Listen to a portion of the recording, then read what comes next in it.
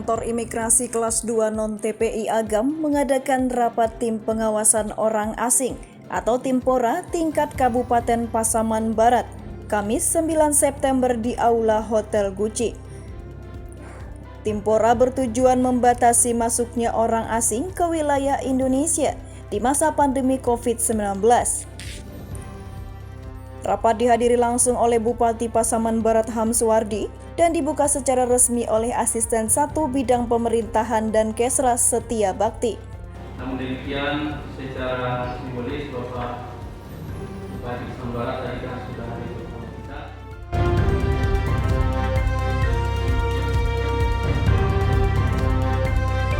Kegiatan dilakukan untuk menjaga stabilitas nasional dari dampak negatif perlintasan masuk dan keluarnya orang asing antar negara, terutama di wilayah Kabupaten Pasaman Barat. Hamsuwardi menegaskan bahwa pihaknya telah melakukan pengawasan terhadap orang asing yang memasuki wilayah Pasaman Barat.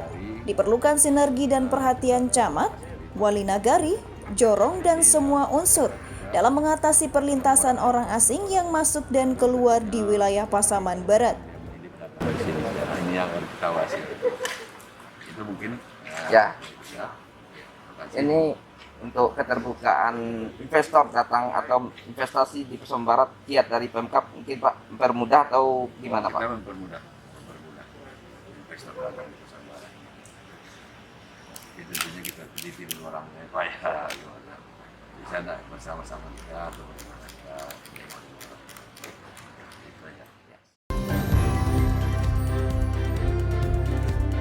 Di samping itu, Asisten 1 Bidang Pemerintahan dan Kesras Setia Bakti dalam sambutannya mengatakan, semua bidang Kementerian Hukum khususnya Kanwil Hukum dan HAM Pemda Pasaman Barat telah melakukan sinergitas serta mengadakan komunikasi penyuluhan hukum.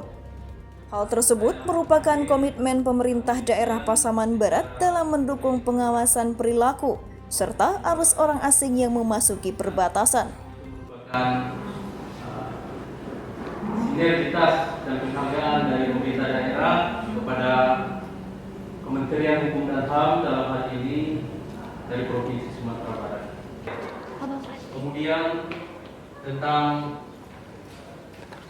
lapas juga kami sangat sering melakukan sinergitas dengan lapas Padang Tujuh. Kepala Kantor Imigrasi Kelas 2 Non-TPI Agam Kris Pratama mengatakan akan mendukung pemerintah daerah Pasaman Barat dalam pemberlakuan pembatasan kegiatan masyarakat atau PPKM. Terkait penanganan penyebaran COVID-19 yang berasal dari luar Indonesia, perlu berbagai upaya dalam pembatasan masuknya orang asing ke wilayah Indonesia tak terkecuali di Kabupaten Pasaman Barat. Kris juga menjelaskan bahwa Timpora memiliki beberapa tugas, yakni melaksanakan koordinasi pengawasan orang asing, menjalin kerjasama antar instansi, rapat secara berkala, memberikan data informasi keberadaan orang asing, dan memberikan dukungan pengawasan orang asing melalui operasi gabungan di wilayah Kabupaten Pasaman Barat.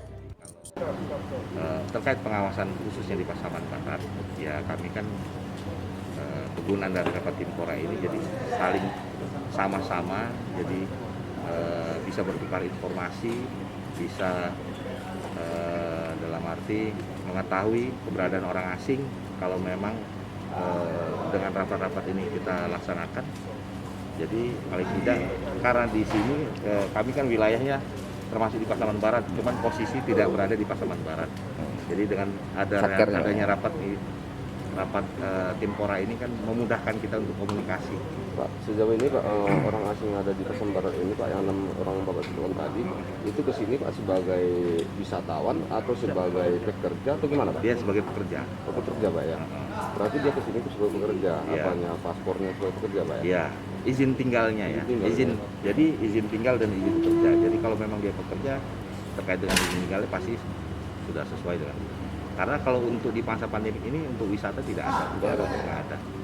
Jadi sesuai dengan Permen Kumham nomor 27 terkait dengan selama PPKM darurat ini memang tidak ada untuk wisata. Jadi hanya tertentu aja ya yang dikhususkan seperti kesehatan, kami memang paspor diplomatik, dinas. Jadi ya wisata memang belum dibuka untuk kita. Sementara itu, Kabid Intelijen dan Penindakan Keimigrasian Kanwil Kemenhumkam Sumatera Barat, Hendriantono, yang mengatakan bahwa nantinya akan ada aplikasi pelapor orang asing atau APOA.